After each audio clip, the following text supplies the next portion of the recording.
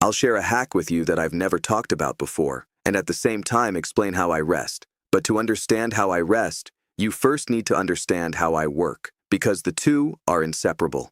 First, I don't follow a standard schedule. I don't work 8 to 5 or 9 to 6. I essentially work throughout the entire day.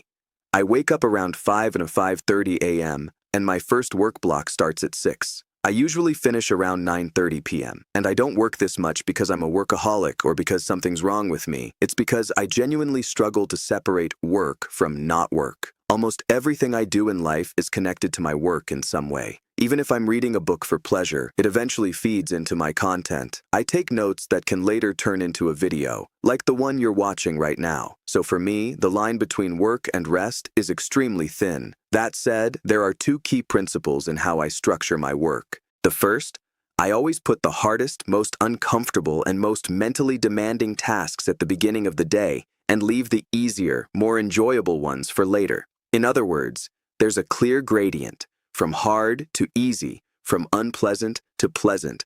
Why does this matter? First, once you've tackled the hardest thing in the morning, everything else feels easier, even if objectively it isn't. Second, when you start your day productively, the momentum tends to carry through the rest of the day. At least, that's how it works for me.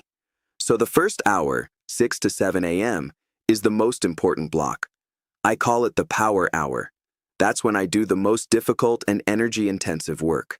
By 7 a.m., while most people are still asleep, I've already completed the most important task of my day. The second principle, I don't work in one long stretch. I work in cycles. Work, rest, and so on. Typically, these are 1.5 to 2.5 hour blocks with real breaks in between. Now, about rest. Right after the first and hardest block at 7 a.m., I switch to recovery. And this isn't anything complicated. I meditate, not in a religious sense, no lotus position or anything like that. I simply focus on my attention and observe my thoughts. Then there's a shower, basic routines, and planning the day. I make breakfast and eat it. No phone, no social media, no videos, just eating and being present. This whole block lasts about an hour. Then comes the second work block. Helping people. After that, I go train. For me, training is a powerful mental reset. It clears cognitive fatigue and allows me to work effectively again. After the workout comes another rest block, and this one is probably the most unusual. It's boredom. I literally do nothing. No phone, no reading, no content. I just walk around the room, lie down, look out the window, and this is actually one of the most powerful tools I use. It unloads the brain and dramatically boosts creativity.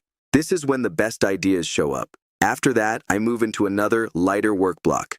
And then comes the most important part. I draw a hard line and end my workday. Because if I don't, I won't stop. I can work non-stop for days until I completely burn out. So I have a dedicated shutdown ritual. It consists of 4 parts. First, massage. I do it myself using a massage gun. And honestly, it's been one of the best investments I've made in years. The effect is deep, full-body relaxation. So intense, it's hard to compare it to anything else. Second, a walk in nature. This is critical. It genuinely resets the brain. Even 30 minutes makes a difference. Third, stretching. It helps the body relax and reduces the risk of injury, especially if you train. And fourth, magnesium. I take it to enhance relaxation and improve sleep quality. After that, I move into a different kind of activity. Not work in the strict sense, but something more reading, taking notes, thinking. That's what my version of rest looks like. I'm not sure it's universal, but maybe you'll find something here you can apply to your own life. If you made it to the end, let me know what resonated with you. Thanks for watching. Take care of yourself and stay healthy.